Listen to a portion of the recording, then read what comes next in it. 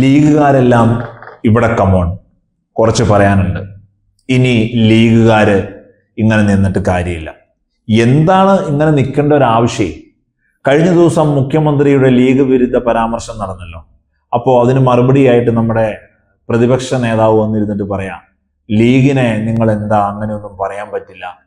League എന്ന് പറഞ്ഞാൽ സാദിഖ് അലി തങ്ങൾ പറഞ്ഞു കേട്ടില്ലേ, UDF നിൽക്കാൻ 1000 കാര്യങ്ങൾ, ഇടതുപക്ഷത്തേക്ക് പോകാൻ ഒരു കാരണം പോലും കാണുന്നില്ല എന്ന്. ഇങ്ങനെ ഒരു വലിയ വർത്താനൊക്കെ എന്ന് പറയുമ്പോൾ ലീഗുകാർ അങ്ങോട്ട് കേൾക്കുമ്പോൾ അടിപൊളി. ലീഗ് എന്ന് പറഞ്ഞാൽ കോൺഗ്രസിന്റെ UDF നട്ടല് എന്ന് കരുതി ഇങ്ങനെ നെടുവീർപ്പെട്ടിരിക്കുകയാണോ ലീഗുകാരെ നിങ്ങൾ? ഇവരിങ്ങനെ വർത്താനം പറയുന്നതല്ലാതെ കുറച്ച് ഫാക്ട്സ് നിങ്ങളൊന്ന് അറിയണ്ടേ? ഈ ലീഗ് എന്ന് പറയുന്ന പാർട്ടിയല്ലേ UDF യഥാർത്ഥത്തിൽ നട്ടല്? നമ്മൾ ചെറിയ ആലങ്കാരികതയ്ക്കൊക്കെ വേണ്ടി പറയും, ഈ പാർട്ടിയല്ലേ നട്ടല്, ഇയാളല്ലേ നട്ടല്ലെന്ന്. സത്യത്തിൽ UDF നട്ടല്ലും ജീവവായുവും ലീഗല്ലേ. 21 സീറ്റാണ് കഴിഞ്ഞ തെരഞ്ഞെടുപ്പിൽ കോൺഗ്രസിനുണ്ടായിരുന്നത്, 15 സീറ്റ് ലീഗിനുണ്ടായിരുന്നു. CPM 64 seat. ഈ 64 സീറ്റിലേക്ക് കോൺഗ്രസ് ഇനി നടന്നെത്തിപ്പെടണം ഈ നാട്ടിൽ 3ാം തവണ LDF അധികാരത്തിൽ വരാതിരിക്കാൻ. അത്രമേൽ ഉത്തരവാദിത്വം UDF കോൺഗ്രസിന് ഒരു പാർട്ടി എന്നുള്ള നിലയിൽ ഉള്ളപ്പോൾ, ലീഗ് ഒരു നട്ടല്ലായി നിൽക്കുമ്പോൾ ലീഗിനെ എങ്ങനെ ഇവർ ട്രീറ്റ് ചെയ്യുന്നു എന്നുള്ളതാണ്. കഴിഞ്ഞ തദ്ദേശ തെരഞ്ഞെടുപ്പിൽ 2 സ്ഥലത്താണ് മലബാറിന് പുറത്ത് മത്സരിക്കാൻ അവസരം കൊടുത്തത് ലീഗിന്. ഒന്ന് തിരുവനന്തപുരത്തും ഒന്ന് കൊല്ലത്തും. ഇങ്ങനെ മലബാറിനപ്പുറത്ത് ഈ പാർട്ടി ഇല്ല എന്ന് നിങ്ങൾ വിചാരിക്കുന്നു? നിങ്ങളുടെ ജീവവായുവായി പാർട്ടിയെ നിങ്ങൾ വെറും പുറമ്പോക്കായിയല്ലേ കാണുന്നത്? പറയാതെ വയ്യ. നിങ്ങൾ ആലോചിച്ച് നോക്കൂ, ഏതൊരു സ്ഥലത്തും ലീഗിന് പ്രസൻസ് ഉണ്ട്, ലീഗിന് മത്സരിക്കാനുള്ള ഒരു ബാല്യമുണ്ട്. തിരുവനന്തപുരത്ത് വെസ്റ്റിൽ മത്സരിച്ച് ജയിച്ചതാണ് ലീഗുകാർ. അതുപോലെ തന്നെ കഴക്കൂട്ടത്ത് നിങ്ങൾ ലീഗിനൊരു സീറ്റ് കൊടുത്തപ്പോൾ എവിടെ മലബാറിന് പുറത്ത് ലീഗിന് സീറ്റ് കൊടുത്തോ അപ്പൊ കൊണ്ടുവരും വിമതനെ. ഈ വിമതനാണ് വിഷയം. ഒരു വിമതന് സീറ്റ് കൊടുത്ത് വിമതൻ ജയിച്ചാൽ അവനെ കൂടെ ചേർക്കുന്നു എന്നുള്ളതല്ല പ്രശ്നം. ആ ഒരു സപ്പോർട്ടിന്റെ വ്യാപ്തിയെ ചിഹ്നം വരെ കൊടുത്തു കളയുമെന്നുള്ളതാണ്.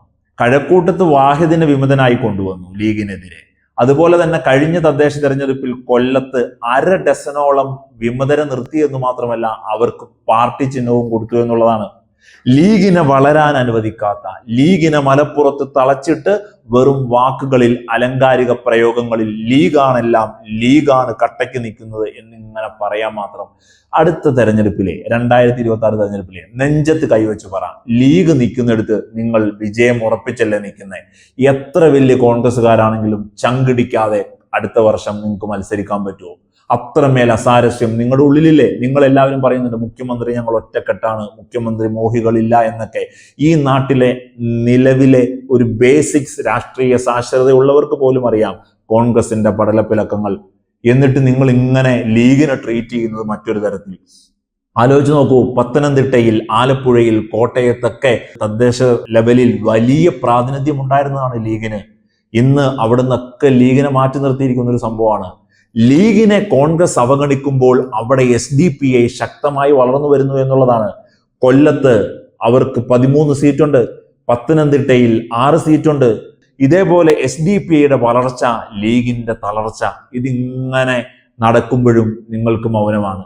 ലീഗുകാരോട് പറയാനുള്ളത്, ഇവിടെ നമ്മളായിട്ട് ഒരു പ്രശ്നം വേണ്ട എന്ന് പറയുന്ന ഈ ഒരു രീതി മാറ്റി ചോദിക്കേണ്ടത് ചോദിച്ച് നിലവിലെ ലീഗിന്റെ അസ്തിത്വം, ലീഗിന്റെ ഒരു ബേസ്, പവർ മനസ്സിലാക്കി ഒരു രാഷ്ട്രീയ നിലപാടെടുക്കാൻ ഇനിയെങ്കിലും ലീഗുകാർ വൈകരുത് എന്ന് പറയാതെ വയ്യ. കാരണം പറയേണ്ടിടത്തെല്ലാം ലീഗിനെ പൊക്കുന്നു, ലീഗിനെ ഇങ്ങനെ പിടിച്ചു നിർത്തുന്നു. പക്ഷെ ലീഗിനെ അവഗണിക്കേണ്ടിടത്തെല്ലാം അവഗണിച്ച്, നേരെ മറിച്ച് ഇതൊരു ഇടതുപക്ഷത്തായിരുന്നെങ്കിൽ ഇത്രമേൽ സ്ട്രോങ് ആയി ബാക്ക് ബോൺ ആയ ഒരു പാർട്ടി എന്തൊക്കെ ഡിമാൻഡ് വെച്ചിട്ടുണ്ടാവും, എന്തൊക്കെ കാര്യങ്ങളായിരിക്കും അവർക്ക് ആ മുന്നണി കൊടുക്കുന്ന സപ്പോർട്ട്.